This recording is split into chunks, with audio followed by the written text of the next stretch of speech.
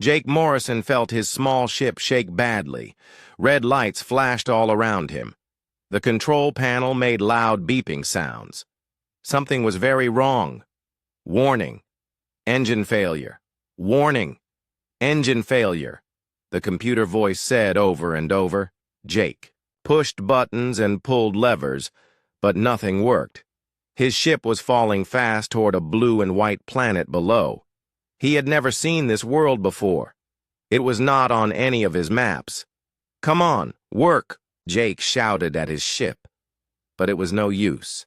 The engines were dead. Jake grabbed his safety belt tight. He watched the planet get bigger and bigger through his front window. Green and silver colors covered the land. Strange, tall buildings that looked like glass needles pointed up to the sky. The ship hit the ground hard. Jake's head banged against the wall. Everything went black. When Jake woke up, his head hurt a lot. He tried to move, but pain shot through his left arm. The ship was broken all around him. Smoke came from the engine room. Pieces of metal and wire hung from the ceiling. Jake looked around for his gear. His rifle was still there. His emergency pack was okay, too. He grabbed both and tried to get out of the ship. The door was stuck. Jake kicked it 3 times before it opened. Outside, Jake saw a world unlike anything he had ever seen. The trees had silver leaves that made soft music in the wind. The grass was blue and felt soft under his boots. Strange flowers glowed with their own light. But the most amazing thing was the people watching him. They stood about 50 feet away. They looked like humans, but different. Their skin was pale blue and seemed to shine a little. They were tall and thin. Their eyes were bigger than human eyes and colored like silver coins. Jake raised one hand to show he was not dangerous. The blue people stepped back. One of them, a female, moved closer. She wore white clothes that looked like they were made of the same glowing material as the flowers. "Hello," Jake said slowly. "I am Jake. My ship broke. I need help." The blue woman looked at him with those big silver eyes. She said something in a language Jake did not understand. Her voice was soft and musical, like water running over stones. Jake pointed to his hurt arm and made a face to show pain. The blue woman seemed to understand.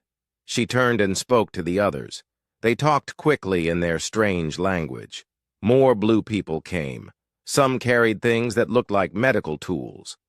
Others had what might be weapons, but they kept them lowered. Jake was glad they did not point them at him. The woman walked closer. She was not afraid now. She pointed to herself and said, "Elena." Then she pointed to Jake and waited. "Jake," he said again, pointing to his chest. Elena smiled. Her teeth were white like pearls. She made a motion for Jake to follow her. She wanted to help him. As they walked, Jake saw more of their city. The buildings were beautiful, but strange. They looked like they grew from the ground instead of being built. Everything curved and flowed like water that had turned to glass. Blue people came out to look at Jake. Adults whispered to each other. Children hid behind their parents and peeked out with curious eyes. Jake had never seen anything like their eyes. They seemed to glow from inside. Elena led Jake to a building that was bigger than the others. Inside it was clean and white. The walls glowed with soft light. There were beds and machines that hummed quietly. This had to be a hospital. Elena pointed to a bed. Jake sat down. His arm hurt more now. Elena brought over a device that looked like a metal wand. She held it over Jake's arm without touching him. The device made a soft beeping sound. Elena looked worried. She called to another blue person who wore different clothes. This one was older and had marks on his arms that looked like tattoos. He looked at Jake's arm with the same device. They talked to each other in their language. Jake wished he could understand them. Were they saying his arm was broken? Were they deciding if they should help him or not? Elena left and came back with a small girl. The child looked about 6 years old. She had the same blue skin and silver eyes, but her hair was white like snow. She stayed behind Elena and stared at Jake. "Lyra," Elena said, pointing to the little girl. Then she pointed to herself. "Elena." "Lyra." Jake understood. This was Elena's daughter. Lyra looked at Jake like he was the strangest thing she had ever seen. Jake tried to smile at her, but she hid behind her mother. Elena used the medical device on Jake's arm again. This time it felt warm and tingly. The pain started to go away. Elena was fixing his broken arm with technology Jake had never seen before. While Elena worked, Jake watched Lyra. The little girl was very curious about his clothes and gear. She kept looking at his boots and the patches on his uniform. When Elena was not watching, Lyra took a step closer to Jake. Jake slowly reached into his emergency pack. He pulled out a chocolate bar. It was part of his emergency food. Jake opened it and broke off a small piece. He held it out to Lyra. Elena saw what Jake was doing. She said something sharp to Lyra in their language. But Lyra was looking at the chocolate with big eyes. Jake took a bite of the chocolate to show it was safe. Then he held out the piece to Lyra again. Elena watched carefully but did not stop her daughter. Lyra took the chocolate with tiny blue fingers.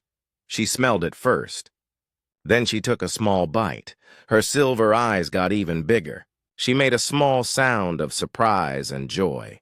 Elena looked surprised too. Lyra said something to her mother in their musical language. She sounded excited and happy. For the first time since the crash, Jake felt like things might be okay. These blue people seemed kind. They were helping him even though he was a stranger from another world. And maybe, just maybe, he had made a friend in the little girl named Lyra. 3 weeks had passed since Jake's ship crashed. His arm was much better now thanks to Elena's medical skills. The blue people called themselves Zephyrians. Jake was learning their language bit by bit. Every day, Elena came to check on Jake. She brought medicine and food. The Zephyrian food was strange but good. It tasted like flowers and honey. Jake tried to teach Elena some English words, too. She was very smart and learned quickly. The Zephyrian Council met every day to talk about Jake. He could see them through the hospital window. They gathered in a circle and seemed to talk without moving their mouths much. Elena told Jake they could share thoughts with each other. This seemed impossible to Jake, but many things here seemed impossible. Lyra visited Jake more often now. At first, she just watched him from far away. But after the chocolate, she became braver. She brought him drawings she made with colored light pens. The pictures showed Jake's ship crashing and Jake meeting her mother. Jake started teaching Lyra simple games. He showed her how to play rock, paper, scissors. She loved this game and laughed when she won.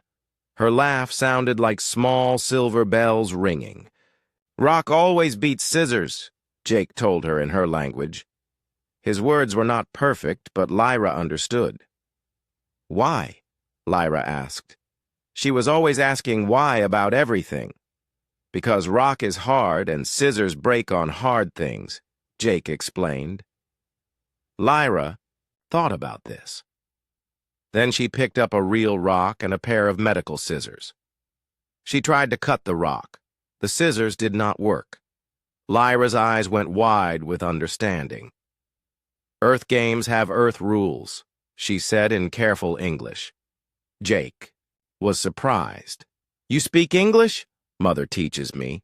She says learning is good. Lyra sat down next to Jake on his bed. Tell me about Earth. Jake pulled out his data pad. It still worked after the crash. He showed Lyra pictures of Earth, blue oceans that went on forever, green forests with huge trees, cities with millions of people. Lyra had never seen an ocean. On her world, all water came from underground springs. She had never seen a tree with brown bark and green leaves. Zephyrian trees were silver and sang in the wind. So many people, Lyra whispered, looking at a picture of New York City. How do they think together? They don't, Jake said. Humans can't share thoughts like Zephyrians. This amazed Lyra. How do you know what others feel? We guess. We watch faces and listen to voices. Sometimes we're wrong. Lyra put her small blue hand on Jake's arm. Suddenly, Jake felt something strange. He could sense what Lyra was feeling. She was happy and curious and a little sad. It was like someone had turned on a radio in his head. I feel your feelings, Lyra said. You are lonely. Jake was shocked. No human could do this. How? Touch helps. Mother says I'm different from other Zephyrian children. I don't think with the group much. I think alone, like you. This worried Jake. Is that bad? Mother says no. She says different can be good. Elena came into the room then. She saw Lyra holding Jake's arm and looked worried. She said something quick in Zephyrian to her daughter. Mother says I should not touch you without asking, Lyra translated. She says your mind is not like ours. It's okay, Jake told Elena in Zephyrian. Lyra was showing me how you feel emotions. Elena sat down across from them. She looked tired. The council talks about you every day, she said in English. Some want you to stay, some want you to leave. What do you want? Jake asked. Elena was quiet for a long time. I lost my mate 2 years ago. Mining accident. Lyra has been sad since then. But now, she looked at her daughter. Now she laughs again. Jake understood. Elena was a single mother trying to raise a child alone. He knew how hard that could be. I want to help, Jake said, if I can. That evening, something terrible happened. Jake was sleeping in the hospital when alarms started ringing. Red lights flashed outside. Elena ran into his room. Raiders, she said. Zephyrian criminals from the outer colonies. They want our crystal technology. Jake could hear weapons firing outside. The peaceful Zephyrians did not know how to fight. They were running around in panic. Where's Lyra? Jake asked. At home. I must get her. Elena started to leave. Wait, Jake said. He grabbed his rifle and gear. I'm coming with you. You're hurt. You should stay here. I'm a soldier, Jake said. This is what I do. They ran through the city together. Buildings were on fire. The crystal structures were breaking apart. Jake saw the raiders. They were Zephyrians too, but they wore black armor and carried energy weapons.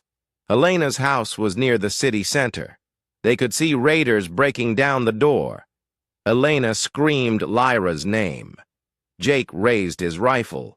His weapon was different from theirs, but it worked just as well. He fired at the raiders by the door. They fell down, surprised by the strange weapon. Get Lyra! Jake shouted. I'll keep them back. Elena ran into her house. Jake fought the raiders in the street. More came around the corner. Jake had to use everything he learned in military training. He told the scared Zephyrians to get behind the crystal walls. He showed them how to throw things at the raiders to confuse them. He taught them to work together to protect each other. The Zephyrians were not fighters, but they were smart. They learned quickly. Soon they were helping Jake defend their city. Elena came out carrying Lyra. The little girl was crying but not hurt. When she saw Jake fighting to protect them, her silver eyes filled with something new. It looked like love. The raiders, finally, gave up and flew away in their ships. The city was safe, but many buildings were broken. Some Zephyrians were hurt. As the medical teams helped the wounded, Jake sat down on a piece of broken crystal. He was very tired. Lyra ran to him and hugged his legs. "You saved us," she said in English. "You saved everyone." Elena walked over to them. She had tears in her silver eyes. "Thank you," she said. "You could have hidden, but you fought for us." Jake looked around at the damaged city. The Zephyrians were working together to fix things. They shared their thoughts to coordinate the repairs. But they also looked at Jake with new respect. "This is my home now," Jake said. "These are my people too." Elena smiled. It was the first real smile Jake had seen from her. "Yes," she said. "I think they are." That night, the council met again. But this time was different. This time they invited Jake to join them.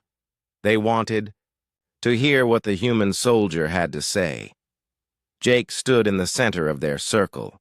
He could not share thoughts like them, but he could speak with his heart. "I came here by accident," he said in careful Zephyrian. "But maybe accidents happen for reasons. Maybe I was supposed to find you. Maybe you were supposed to find me." The council members looked at each other. They shared thoughts Jake could not hear. But he could see in their faces that something had changed. One of the older council members stood up. "The human Jake Morrison has proven himself. He fought for our city. He protected our people. We welcome him as a friend." Jake felt relief wash over him. But the best part was seeing Lyra's happy face. She clapped her hands and her skin glowed bright gold with joy. Elena put her hand on Jake's shoulder. "Welcome home," she said softly. 6 months had passed since the raider attack. Jake was now a part of Zephyrian life. He lived in a small house near Elena and Lyra. Every morning he helped teach the Zephyrians better ways to protect their city. Every evening he learned more about their culture and technology. Jake could speak Zephyrian well now. He could even understand some of their shared thoughts when they included him in their mental circles. It felt strange but wonderful to be connected to other minds. Lyra had grown taller and more confident.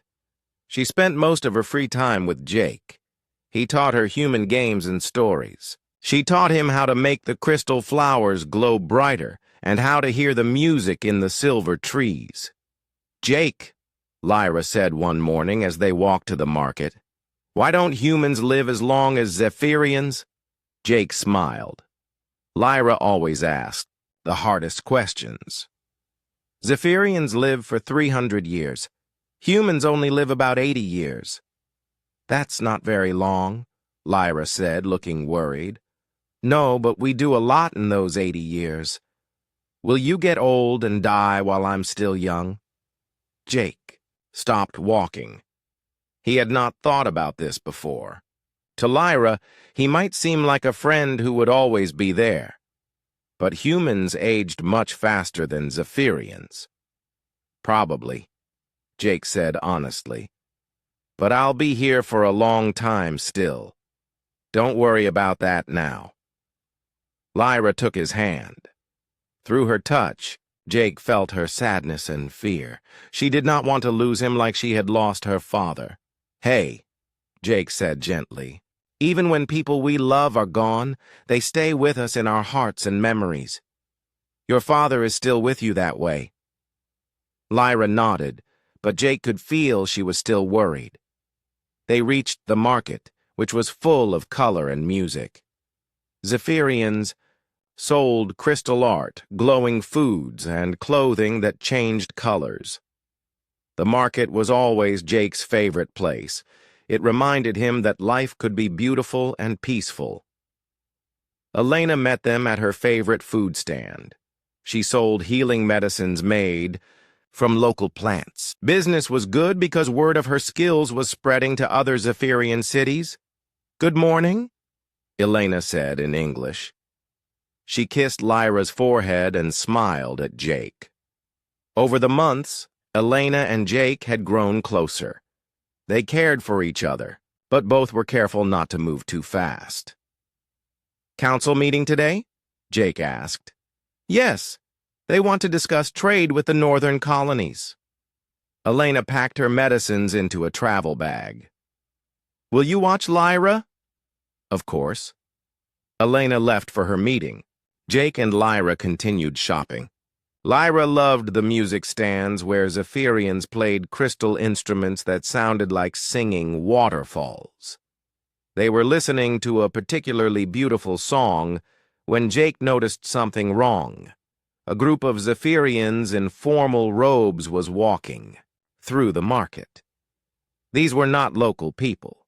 Their clothes were fancier, and they moved with the stiff formality of government officials. Jake recognized them from Elena's descriptions. These were representatives from the High Council of the capital city. They rarely visited small cities like this one. The officials stopped at various stands, asking questions. Jake could not hear what they were saying, but the local merchants looked nervous. The officials were clearly investigating something. "Who are they?" Lyra asked. "High Council representatives," Jake said. "They're probably here to check on how our city is doing." But Jake felt worried. High Council visits usually meant trouble. The officials moved closer to where Jake and Lyra stood. Jake thought about leaving, but that might look suspicious. Instead, he stayed calm and continued listening to the music.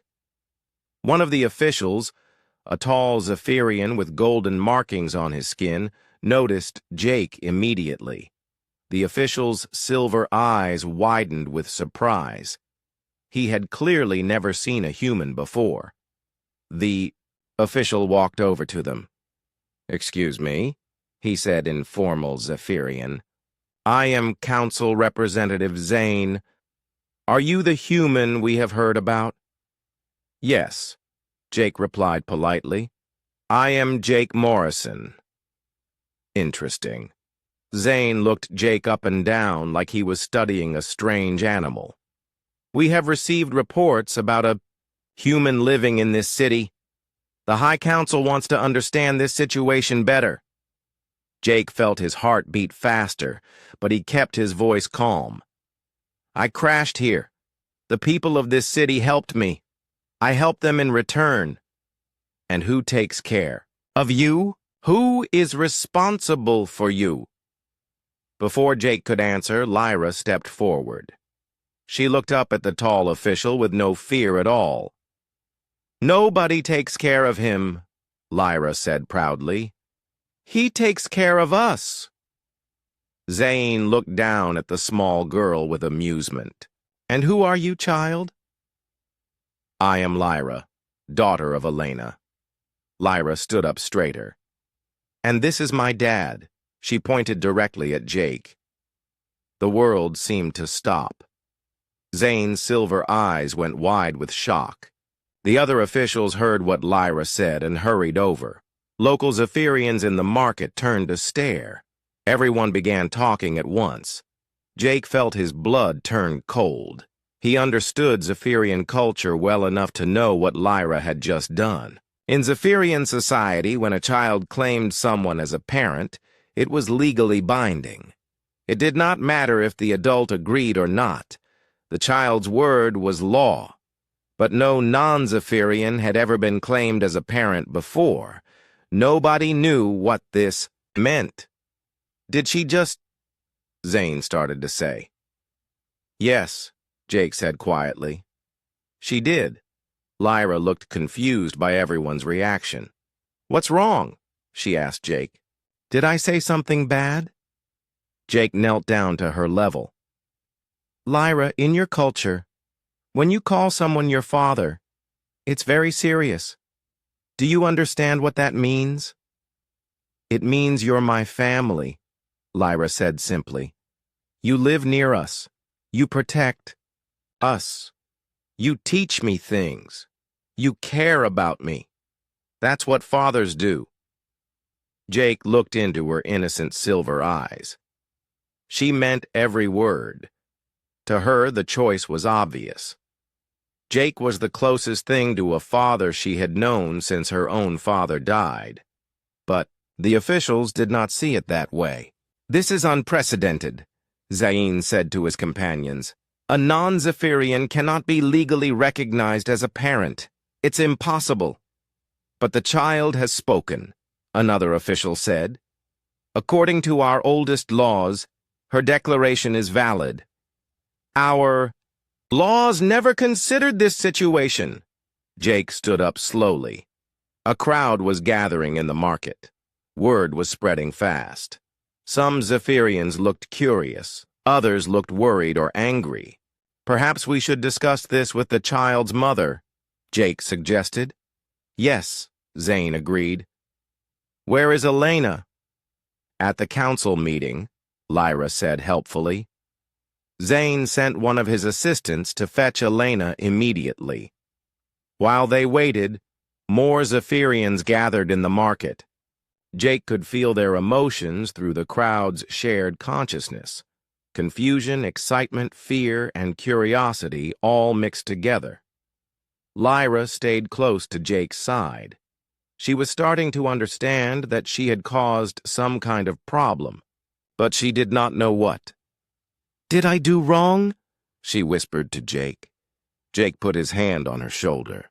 No, little one, you spoke from your heart. That's never wrong. But even as Jake said it, he worried about what would happen next. Lyra's simple words had created a situation that could change everything, not just for them, but possibly for relations. Between humans and Zephyrians everywhere, Elena arrived running, her face pale with worry. She had heard what happened from the assistant who fetched her. Lyra! Elena called as she pushed through the crowd. Mother! Lyra ran to Elena's arms. Elena hugged her daughter tightly, then looked at Jake with frightened eyes. Is it true? Did she really? Yes, Jake said. She called me her father in front of the High Council representatives. Elena looked at Zane and the other officials. Honored representatives, my daughter is young. She doesn't understand the legal implications of what she said. Age does not matter in matters of family law, Zane replied. If the child meant what she said, her declaration stands. But this creates an impossible situation. We have no laws for non-Zephyrian parents. Elena's skin turned pale blue with stress. What happens now? Zayn looked around at the crowd, then back at Jake and his family. Now we must take this matter to the High Council. They will decide if this human can legally be considered a Zephyrian father. Jake felt the weight of everyone's stares. Lyra's innocent words had started something much bigger than any of them had imagined. Whatever happened next would change their lives forever. 2 weeks later, Jake stood in the most beautiful building he had ever seen. The High Council chamber was made entirely of singing crystal that changed colors as people spoke. The walls seemed alive with light and music. Jake wore his best clothes, a simple blue outfit that Elena had made for him. It was similar to Zephyrian formal wear, but modified for his human body. He wanted to show respect for their customs. Elena sat in the front row with Lyra. Both looked nervous. Lyra kept asking, Why they could not just go home. She did not understand why her simple words had caused so much trouble. The chamber was full of Zephyrians from across the planet. News of the case had spread everywhere. Some came to support Jake. Others came to oppose him.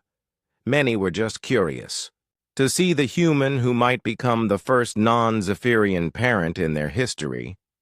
Jake was not the only human there. 3 days earlier, a ship from Earth had arrived. Commander Lisa Park stepped out with a team of diplomats and lawyers. They came to get Jake back, but now they had to deal with this legal situation first. "This is complicated," Commander Park had told Jake during their private meeting. "Earth Command wants you home, but we cannot ignore Zephyrian law. If we take you by force, it could start a war." "I don't want to start a war," Jake replied. "But I also won't abandon Lyra and Elena. The girl's attachment to you is strong. Our psychologists say removing you suddenly could harm her." Commander Park was a good officer. She understood that some things were more important than following orders. The trial was about to begin. 5 High Council members sat at a curved table, made of white crystal. Each wore robes of a different color: blue for wisdom, green for growth, silver for truth, gold for justice, and white for unity. Council leader Vera, wearing the white robes, stood to address the chamber. She was very old, even for a Zephyrian, and her skin had a pearl-like glow. "We gather today to decide an unprecedented case," Vera announced. Her voice carried clearly through the crystal chamber. "The child Lyra has claimed the human Jake Morrison as her father. We must determine if this claim is legally valid." The prosecutor, Council Member Kess in blue robes, stood first. "Honored Council, our laws are clear. Only Zephyrians can be Zephyrian parents. To change this now would threaten our cultural identity and traditional family structures." Kess spoke for an hour about the importance of keeping Zephyrian families pure. He argued that accepting Jake would open doors to chaos. What if other aliens wanted to join Zephyrian families? What if Zephyrians started leaving their planet to join alien families? This human, though perhaps well-meaning, cannot understand our ways, Kess concluded. He cannot share our thoughts. He cannot live as long as we do. He is fundamentally different. A child needs parents who can guide her into proper Zephyrian adulthood. When Kess finished, the defense lawyer stood. Her name was Mari, and she wore traditional green robes. Elena had chosen her because Mari was known for caring about families and children. "Honored Council," Mari began, "our laws say a child's declaration of parentage is sacred. Lyra spoke from her heart when she called Jake Morrison her father. To deny her words is to deny our oldest traditions." Mari called Elena as the first witness. Elena walked to the center of the chamber with grace, though Jake could see she was nervous. "Elena, please tell the council about Jake's role in your family," Mari said. Elena's voice was clear and strong.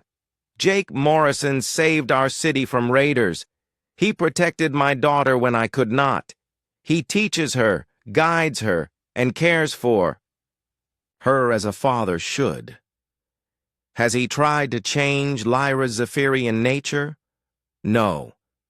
He encourages her to be proud of who she is. He learns our ways and respects our culture. But he also shows her that different can be good. How has Lyra changed since Jake came into your lives?" Elena's skin glowed soft gold, the color of happiness. "Before Jake, Lyra was sad and withdrawn. She barely spoke after her father died. Now she laughs every day. She is curious and brave. Jake gave her back her joy." Kess cross-examined Elena. But can this human truly understand a Zephyrian child's needs? Jake listens to Lyra. He pays attention to her emotions. He may not share thoughts like we do, but he understands her heart. Next, Mari called other witnesses. Dr. Finn spoke about how Jake had helped improve their medical facilities. Builder Tess explained how Jake's ideas had made their city defenses stronger.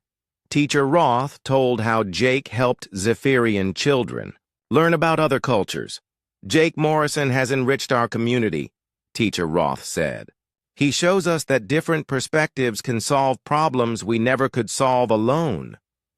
But the most important witness was Lyra herself. The little girl walked to the center of the chamber. She looked very small, surrounded by all the tall adult Zephyrians. But she was not afraid. Council leader Vera spoke gently to her. Lyra, do you understand why we are here?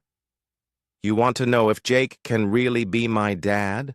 Lyra said simply. Yes. Can you tell us why you called him your father? Lyra thought for a moment. My first dad died before I could remember him much. I was sad for a long time. Then Jake came. What makes Jake special to you? He makes me feel safe. When the bad Zephyrians came to hurt us, Jake fought to protect me. He teaches me things about his world and listens when I teach him about ours. He gives me hugs when I'm scared and laughs at my jokes even when they're not funny. Some Zephyrians in the chamber smiled at this. But Jake is not Zephyrian, Vera said. He cannot share thoughts with you. He shares feelings with me, Lyra replied. When I touch him, I feel his love. It's warm and strong. Isn't that what matters? Some people say Jake cannot understand Zephyrian children because he is different. Lyra's silver eyes flashed with anger, unusual for such a young Zephyrian. That's not true. Jake understands me better than most Zephyrians do. Other kids think together in groups. I think alone, like Jake. He shows me that being different is not bad. If we said Jake could not be your father, what would you do? Lyra was quiet for a long moment. When she spoke, her voice was very serious. I would be very sad, but Jake taught me that love doesn't disappear just because someone says it's not allowed. He would still be my dad in my heart. The chamber was silent after Lyra's testimony. Even Prosecutor Kess looked moved by the child's words. The final witness was Jake himself. He walked to the center of the crystal chamber and looked up at the 5 council members. Jake Morrison, Council Leader Vera said, do you accept the responsibility of being Lyra's father? Yes, Jake said without hesitation. I love Lyra as if she were my own daughter. I would do anything to protect her and help her grow into the amazing person she's meant to be, even if it means staying on our world forever, even if it means giving up your human life. Jake looked at Elena and Lyra in the front row. Elena's eyes were full of tears. Lyra gave him a small wave. This is my life now, Jake said. These are my people. Lyra is my daughter in every way that matters. I cannot imagine being anywhere else. Prosecutor Kess stood for his final argument. This human may mean well, but accepting him sets a dangerous precedent.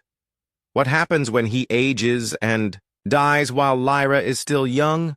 What happens if more humans want to join our families? We risk losing our identity, defense lawyer Mari responded. Our identity is not about keeping others out. It's about love, family, and community.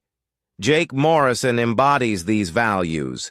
He has proven himself worthy of being Lyra's father.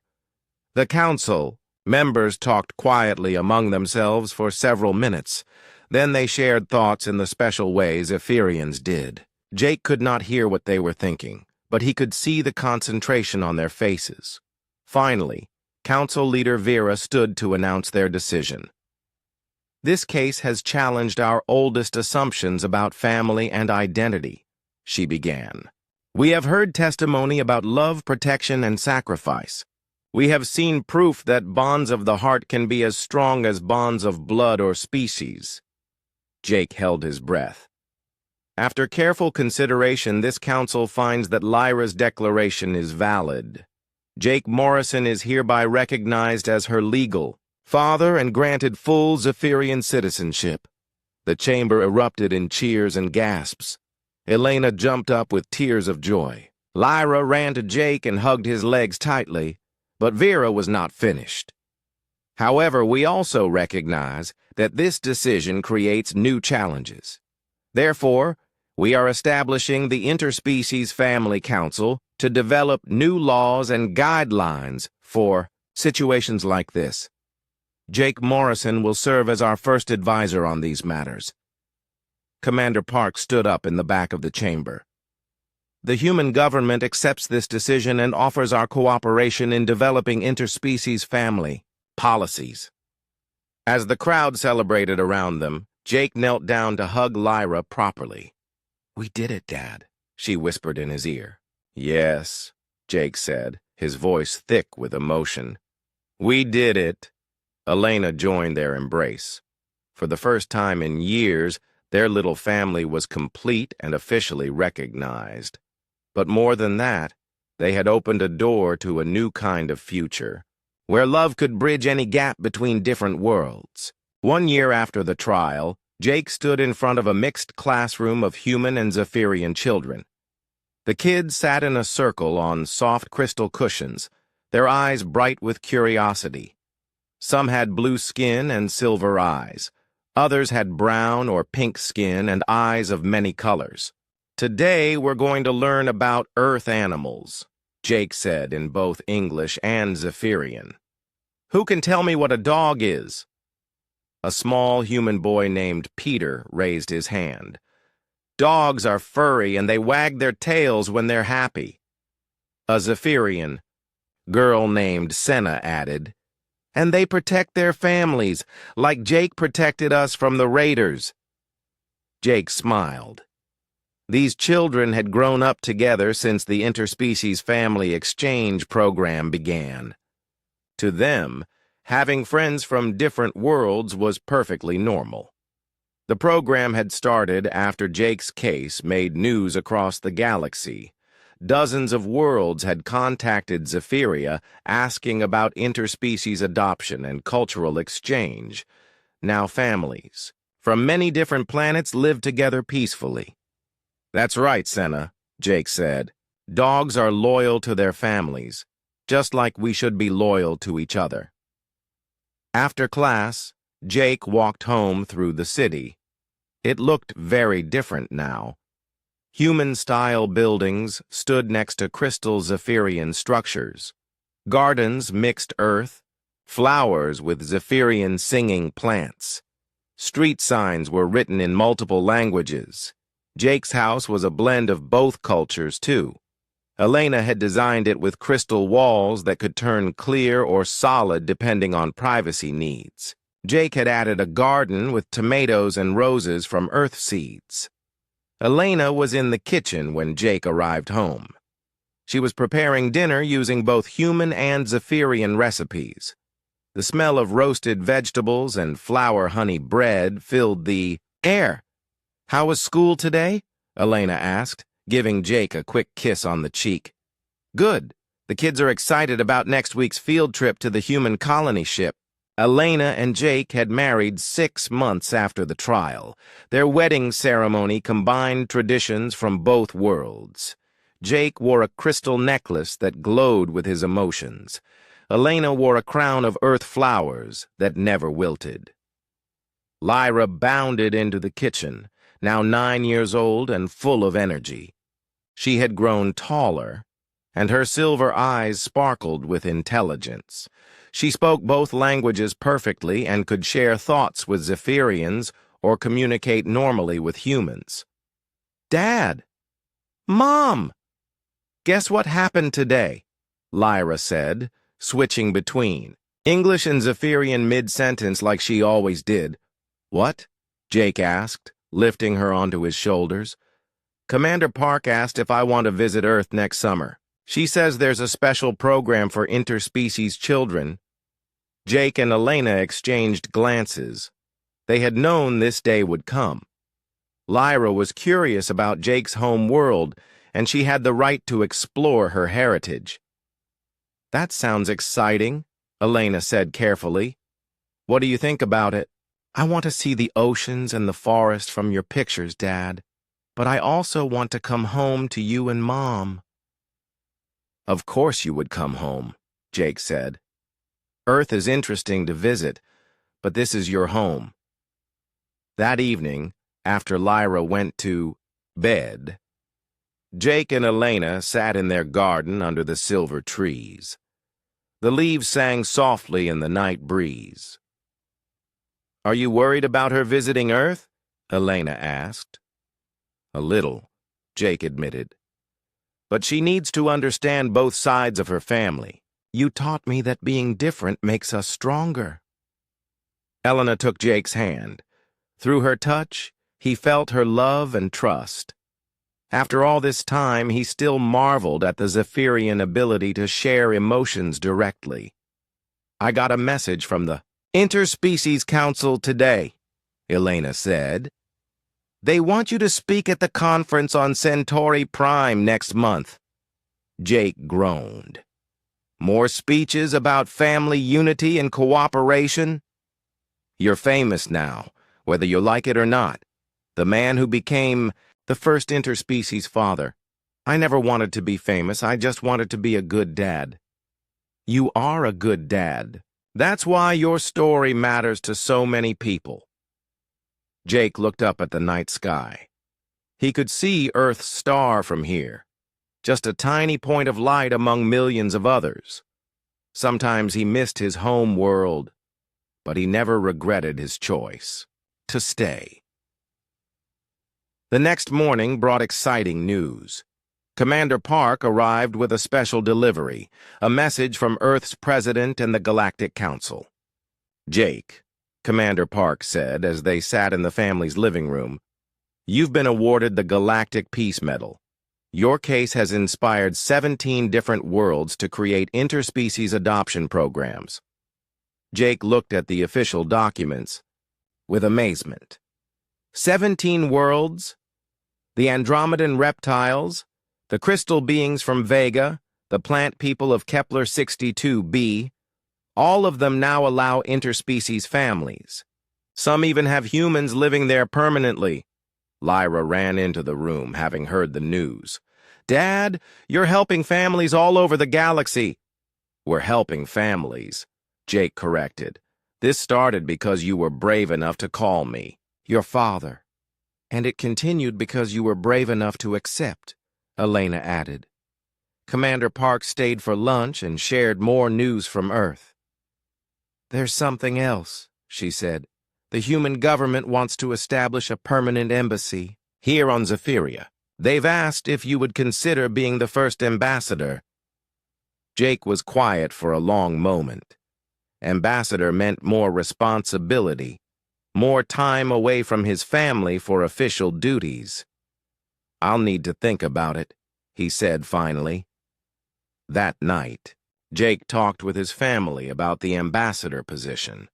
They sat in their favorite spot in the garden, watching the crystal flowers glow in the darkness. "What do you want to do, Dad?" Lyra asked. "I want to help people, but I also want to be here for you." "You could do both," Elena suggested. "An ambassador who lives with his family would show other species that humans value family life," Ira nodded enthusiastically. "And I could help translate when alien kids come to visit." Jake smiled at his daughter's eagerness to help. "You know what? I think you're both right." 3 months later, Jake stood in the newly built human embassy on Zephyria. The building was designed to welcome visitors from any world.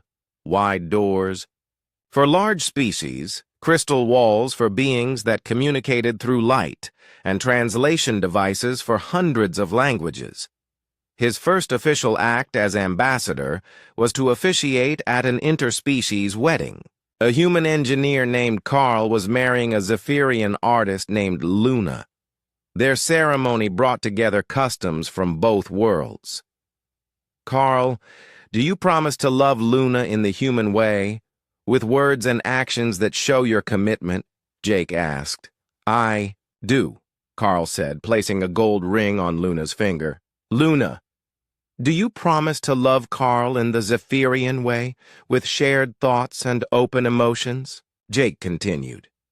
I do, Luna said, touching Carl's forehead so he could feel her love directly.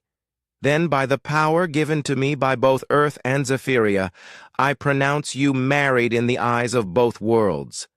The wedding guests cheered in a dozen different languages. Jake watched Lyra throw flower petals that glowed as they fell. Elena stood nearby, her skin shining with happiness. After the ceremony, Jake found a quiet moment to step outside. The city was beautiful in the evening light. Human children played with Zephyrian children in the parks. Mixed families walked, together on streets filled with art from many worlds. Commander Park joined him on the embassy steps. Any regrets? She asked. Jake thought about his old life, the loneliness, the constant fighting, the empty feeling that nothing he did really mattered. None, he said. I came here as a soldier looking for enemies. I found a family instead. The galaxy is a better place because of what you started here. The galaxy is a better place because people chose love over fear, Jake corrected. I just got lucky enough to be part of it. Lyra ran over to them, still carrying flower petals. Dad, the new family from Proxima Centauri wants to meet you. Their little boy is scared because he's never seen humans before. Then let's go introduce ourselves, Jake said, taking his daughter's hand. As they walked back toward the embassy, Jake reflected on how much had changed. He had crash-landed on this world as a stranger. Now he was helping to build bridges between species across the galaxy. But the most important thing hadn't changed at all. He was still just a man who loved his family and wanted to protect them. The only difference was that his family now included beings from many different worlds, and his protection extended to families he had never met on planets he had never seen. Dad, Lyra said as they entered the embassy, when I grow up, I want to help families like you do. You already do, little one, Jake said. Every day, just by being yourself, you show everyone that love is the same, no matter what world you come from. That night, as Jake tucked Lyra into bed, she asked the question that had started it all. Will you always be my dad? Always, Jake promised.